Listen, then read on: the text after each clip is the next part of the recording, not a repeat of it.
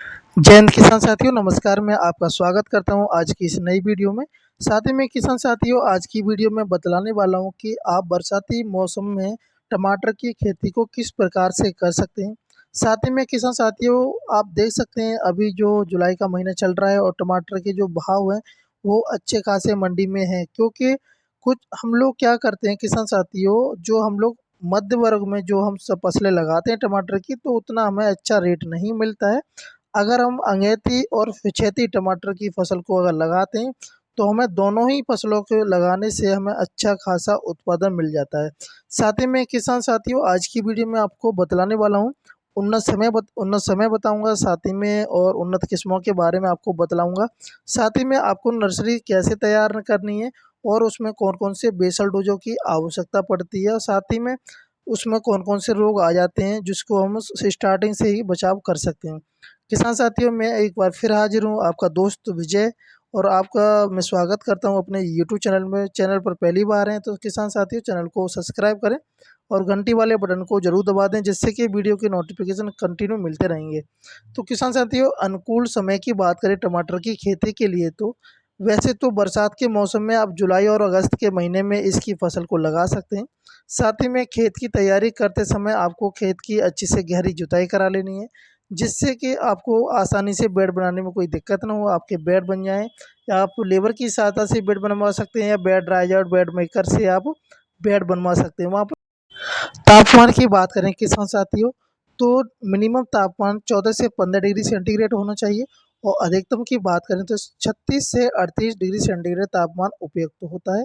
साथ ही में आप मिट्टी की बात करें तो सभी प्रकार की आप मिट्टी में लगा सकते हैं, लेकिन किसान साथियों, आपको अच्छा उत्पादन लेना है तो बलुई दोमट मिट्टी आती है और रेतीली मिट्टी होती है, उसमें भी आप लगा सकते हैं। साथ ही में पीएच मान की बात करें एल्कलाइन की, तो जो हमारी मिट्टी है खेत की, उससे का जो एल्कलाइन है 5 से लेकर के 7.5 तक वेस्ट होता है। और वाटर होल्डिंग अच्छी होनी चाहिए, जल निकासी की अच्छी व्यवस्था होनी चाहिए जिस खेत में आप टमाटर की फसल को लगा रहे हैं।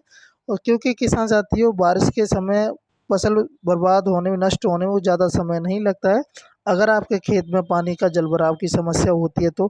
साथ ही में किसान साथियों, जो आप बरसाती टमाटर की जो फसल लगाएंगे तो उसमें बेड बना करके उसके ऊपर मल्चिंग पेपर आपको लगानी है। साथ ही में जो बेल वर्गीय जो टमाटर होता है, जो उसकी बेल वर्गीय इसलिए बोलते हैं किसान साथियों, क्योंकि जो पौधा है उसकी जो हाइट है कम से कम 3 से 4 फीट हो जाती है, तो उसके लिए आपको बांस, जो बम्बू बांस आते हैं उसकी सहायता से आपको बांधने पड़ेंगे, रस्सी की ज़रूरत पड़ेगी आपको। साथ ही में बात करेंगे बुआई करने से पहले जो नर्सरी को हम किस तरीके से तैयार कर सकते हैं। किसान साथियों, नर्सरी को आप दो प्रकार से तैयार कर सकते हैं। एक तो आप क्यारी बना करके, साथ ही में जो फ्रूट ट्रे आती हैं उसकी सहायता से आप नर्सरी को तैयार कर सकते हैं।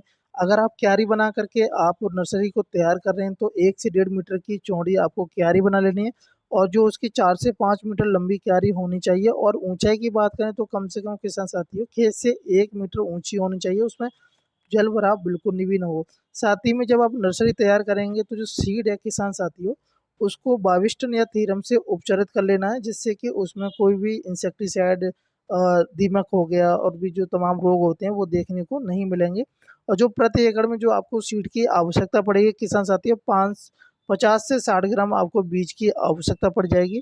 साथ ही में जो बेसल डोज की बात करेंगे किसान साथियों, बुवाई करते समय, तो बेसल डोज जैसे कि डीएपी खाद ले सकते हैं 50 किलोग्राम प्रति एकड़, या एनपीके 12-32-16 खाद आती है उसको 50 किलोग्राम ले सकते हैं। साथ में सिंगल सुपर फास्फेट ले सकते हैं 50 किलोग्राम, और पोटास ले सकते हैं 30 किलोग्राम।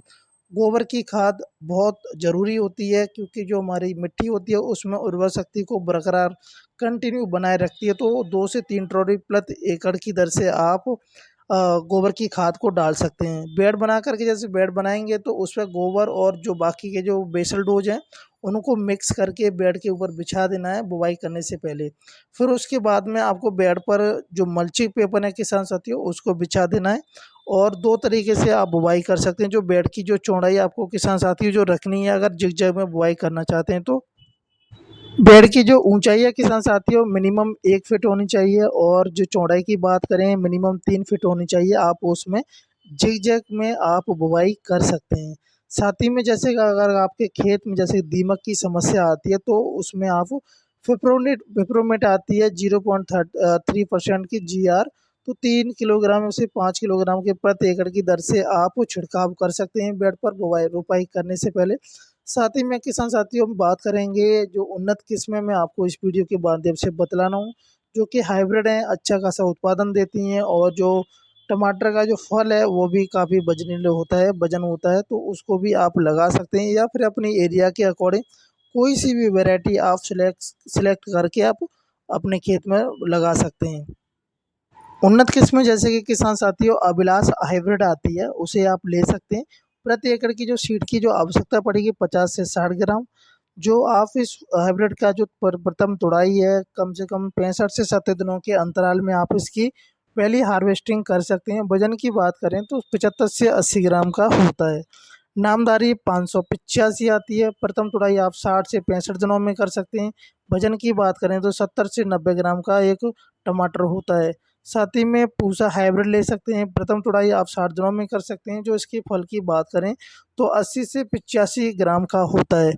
साथ ही में किसान साथियों जैसे किसान साथियों आप नर्सरी को अपने खेत में जैसे रुपाई कर देते हैं तो उसके 20 से 25 दिनों के अंतराल में आपको जैसे कि कुछ रोग देखने को मिल सकते हैं।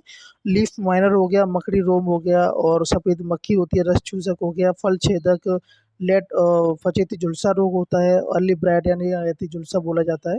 और साथ ही में जो बैक्टीरिया स्पॉट होता है, पाउडरी मिलड्रॉप और बैक्टीरिया विल्ट होता है, ऐसे अगर रोग आपको देखने को मिल रहे हैं तो उसमें आप कोई सी भी रासायनिक दवा का स्प्रे कर सकते हैं। जैसे कि अगर आपको बैक्टीरिया स्पॉट दिखाई दे रहा है तो पत्तियों पर जैसे दाग धब्बे लगना होता है तो आप COC 15 लीटर पानी में आपको घोल करके आप स्प्रे कर सकते हैं। अगर आपको पाउडरी मिलड्रॉप का रोग देखने को मिल रहा है जैसे कि सफ़ेद पाउडर पत्तों पर जमना शुरू हो गया है तो आपको टेबुकॉन्जोबिल आती है 25.9% EC की आती है। 15 लीटर पानी में 20 ml लेकर के आप स्प्रे कर देना है। जैसे कि अगर आपको बैक्टीरिया बेल्ट आपको देखने को मिल रहा है जैसे कि पेड़ का सूखना होता है, पत्ते सिकुड़ना होता है, तो फंगीसाइड 500 ग्राम को ड्रिंचिंग करें और भी 200 लीटर पानी में आपको पेड़ों की जड़ों में आपको ड्रिंचिंग करने की ज़रूरत पड़ेगी। जैसे कि अगर लीफ माइनर होता है, पत्तियों पर धारियाँ बन जाती हैं और वॉल्यूम फ्लेक्सी इंसेक्टिसाइड की ड्रिंचिंग कर सकते हैं आप 200 लीटर पानी में।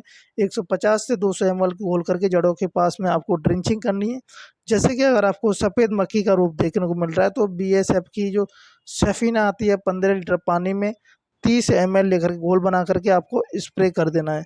सबसे जो किसान साथी जो रोग होते हैं जैसे कि रस चूसक हो गया और फल छेदक, जैसे कि थ्रिप्स और एफिड जैसे अगर आपको रोग दिख रहे हैं तो उसमें आप इमीडा क्लोप्रेट 17.8% 15 लीटर पानी में 10 ml की घोल बना करके स्प्रे कर सकते हैं।